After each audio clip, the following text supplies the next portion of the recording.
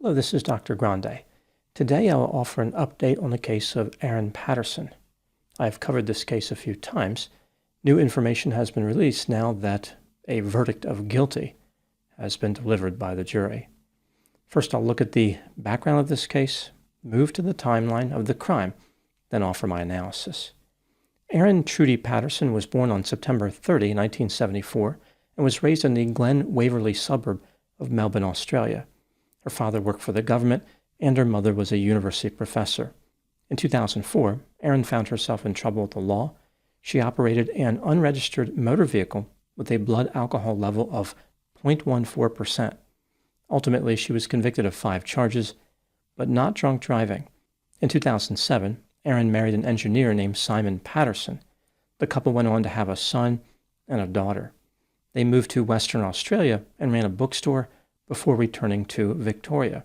Erin ran a local newsletter before becoming a stay-at-home mother. Eventually, severe problems emerged in Erin's marriage. She and her husband Simon separated several times, starting in 2009. In 2015, they separated permanently. Initially, they stayed on good terms, but in 2022, Simon changed his status on a tax return to separated. Erin and Simon started arguing over child support.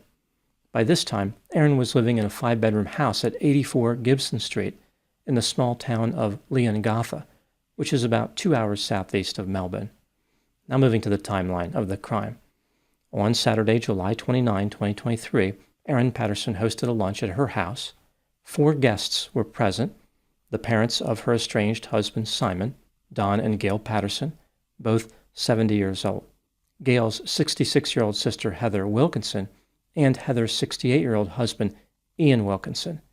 Erin also invited Simon, but he declined, saying that it made him uncomfortable. The meal, which had been cooked by Erin, was beef Wellington made with mushrooms. She also served mashed potatoes and green beans. Erin served her guest first, then made a plate for herself. Several hours later, Erin's 4 lunch guests became ill with various symptoms, including gastrointestinal. By midday the following day, all 4 of them were being treated in a local hospital. Initially, physicians suspected food poisoning. Later, it became clear the situation was more serious. The 4 individuals were transported to another hospital in northeast Melbourne. On August 4, 2023, Gail Patterson and Heather Wilkinson died, followed by Don Patterson on the next day. The only survivor of the 4 was Ian Wilkinson. He was released from the hospital 2 months later. Here is what the police found during the course of their investigation. The symptoms of the 4 victims were consistent with consuming death cap mushrooms. This is an incredibly dangerous mushroom responsible for 90% of lethal mushroom poisoning globally. Erin told the police that she ate the same meal as her 4 lunch guests. She went to the hospital on July 31, 2 days after the lunch. Erin complained about having nausea and diarrhea, but left the hospital against medical advice. The police asked Erin where the mushrooms used in the meal came from. She said that she had purchased button mushrooms from a local Woolworths store and dried mushrooms from a Chinese grocer in Melbourne. She could not remember the name of the grocer because the purchase was made in April 2023, 3 months before the fatal lunch. On August 2, 2023, 4 days after the tragic lunch, Erin drove to a transfer station and threw away a food dehydrator. Initially, she lied to the police, saying she had disposed of it a long time ago. It seemed pretty clear to the authorities that Erin intended to kill her lunch guests. On November 2, 2023, Erin Patterson was charged with 3 counts of murder and 1 count of attempted murder. The police also accused her of additional counts of attempted murder, saying that she tried to kill her estranged husband Simon Patterson on 3 occasions. However, those charges were later dropped. On April 29, 2025, Erin Patterson went on trial. There was an intense level of public interest, with some calling this the trial of the century. On July 7, 2025, after the trial went on longer than expected, Erin Patterson was found guilty of 3 counts of murder and 1 count of attempted murder. At the time I'm making this video, the sentencing date for Erin has not been set. It is very likely she will be sentenced to life in prison with the possibility of parole after a specified number of years. Now moving to my analysis. Erin Patterson maintains her innocence, although she does not really seem to have any supporters. If she did, they would argue that Erin killed 3 of her lunch guests and seriously harmed the other one by accident. There was no intent to harm. The Crown, of course, would disagree, arguing that Erin's repeated deceptive behavior strongly points toward her guilt. This brings me to the question, was Erin Patterson guilty of murder and attempted murder? Let's take a look at the evidence both for and against the idea that she was guilty, starting with the inculpatory factors. Many years before serving the fatal lunch, Erin had been described as eccentric, abrasive, impulsive, reckless, manipulative, a loner, and a pathological liar. Erin's relationship with Simon was tumultuous. She wanted to reconcile, but he was not interested. This created a power differential. Erin appeared to be needy and desperate. Simon became mysteriously ill in May 2022. The Crown suspected that Erin tried to kill him, although those charges were dismissed, as I mentioned. At trial, Simon testified that in the months leading up to the fatal lunch, Erin sent him extremely aggressive messages regarding child support payments. On April 28, 2023, 3 months before the fatalities, Erin purchased a food dehydrator. After the fatalities, she disposed of this dehydrator and lied to the police about it. The machine contained Erin's fingerprints and traces of death cap mushrooms. Cell phone data indicated that, on 2 occasions, Erin Patterson traveled to an area where death cap mushrooms had been reported on a website called iNaturalist. This is a website where people can document the locations of various life forms, including fungi. On an SD card found in Erin's house, there were photographs featuring mushrooms. The police never found the phone that Erin was using at the time of the fatal lunch. Another phone seized during the investigation had received multiple factory resets. Erin's defense admitted that the lunch guests were killed by mushrooms obtained by Erin foraging. She lied when she claimed the lethal mushrooms came from a Chinese grocer. Erin pretended the purpose of the lunch invitation was to inform her guests that she had ovarian cancer and to ask for advice on how to share this bad news with her 2 children. In reality, Erin never had ovarian cancer. One possible explanation for this lie was that Erin needed a reason for her children not to be at that lunch. She needed to keep them away or they would have been killed as well. The children were at a movie theater during the lunch. Simon was invited to the lunch but declined the invitation. Erin responded to this by pointing out the effort and the cost associated with the meal, saying that she wanted it to be special. 2 of her guests, Heather and Ian Wilkinson, were confused by the invitation because they had never been to Erin's house before. Ian testified that Erin was reluctant to allow Heather and Gail to look in the pantry and declined their offer to help put the beef Wellington on the plates. During the lunch, Erin served the poisoned food to her guests on large gray dinner plates, but her plate was smaller and orange or tan in color. Maybe Erin did this to make sure she did not confuse the lethal servings with the non-lethal. Erin claimed that she consumed the same meal as her guests, yet she did not die or even come close to dying. She left a hospital against medical advice, even though they warned her that she may have been exposed to lethal poison. Initially, Erin resisted the idea of letting her children be evaluated and treated by medical professionals, despite indicating that she fed them beef Wellington leftovers. She felt safe because she had removed the mushrooms first. Now moving to the exculpatory factors. It is possible that Erin picked the death cap mushrooms while foraging. She would not be the first person to make this mistake. Erin acknowledged that her guests were poisoned by death cap mushrooms and that she served them these mushrooms at lunch. But she had an explanation.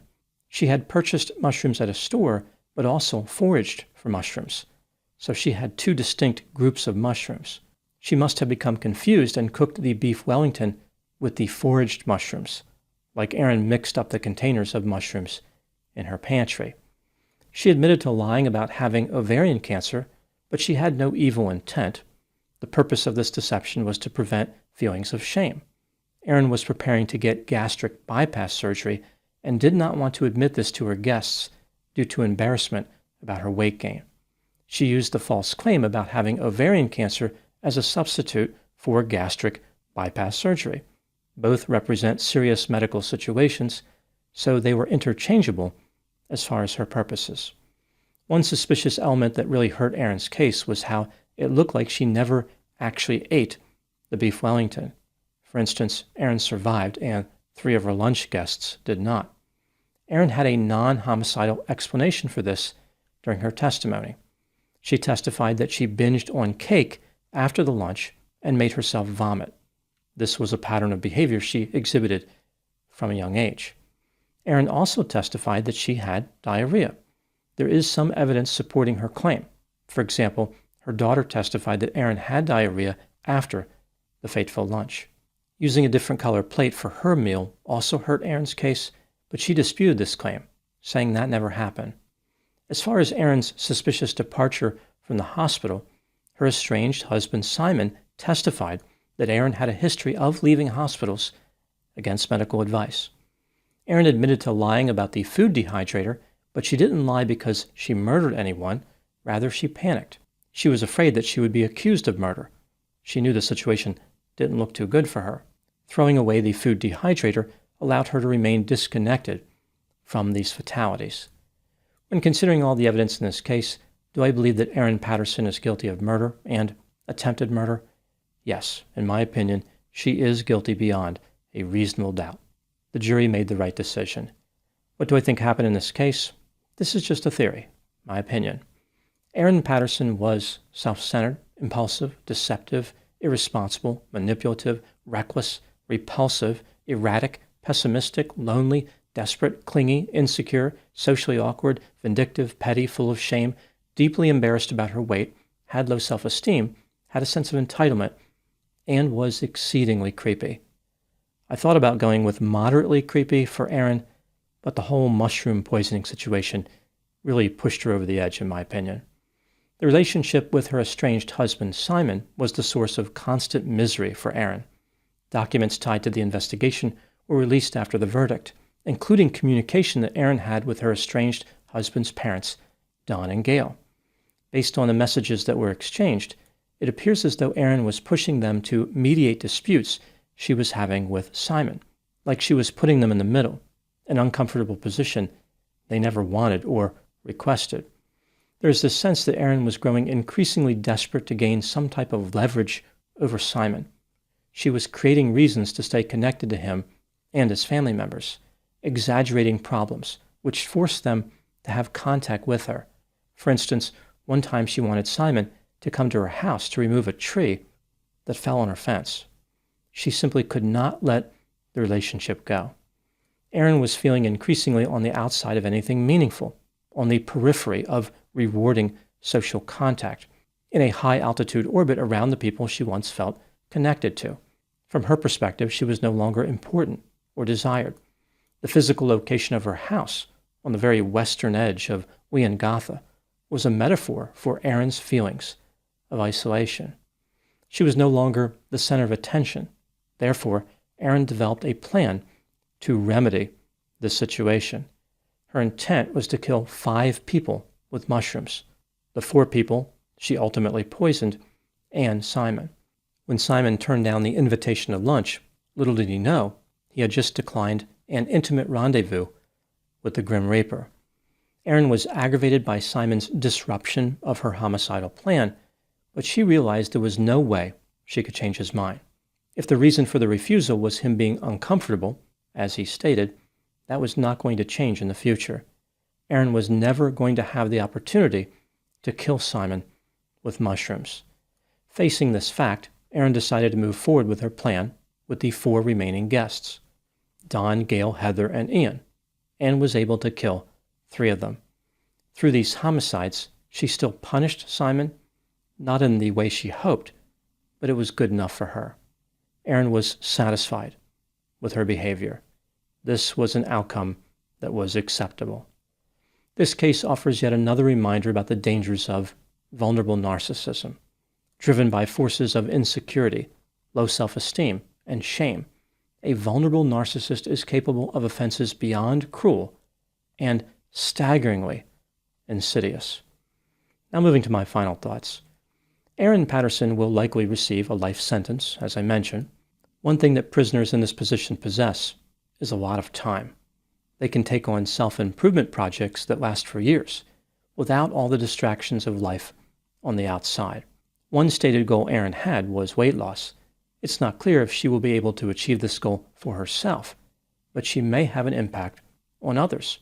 If prison officials give Erin a job in the kitchen, it will probably destroy a lot of appetites. I can almost hear the announcement over the loudspeaker. Attention inmates, today we have a guest chef for lunch, our very own Erin Patterson. She will be cooking a special dish with extra mushrooms. If you're hungry or just have a poor sense of self-preservation, join us in the dining hall for a meal to celebrate what will, surprisingly, be your last day in prison. Those are my thoughts on the case of Erin Patterson. Thank you so much for watching. I'll talk to you soon. Just a reminder that I have over 300 pre-release videos on my Patreon account. When I put a video in pre-release status, it often stays there for several months, if not a year. The videos I release on Patreon are of the same quality as the videos I release to the public. I will put the link to Patreon in the description for this video.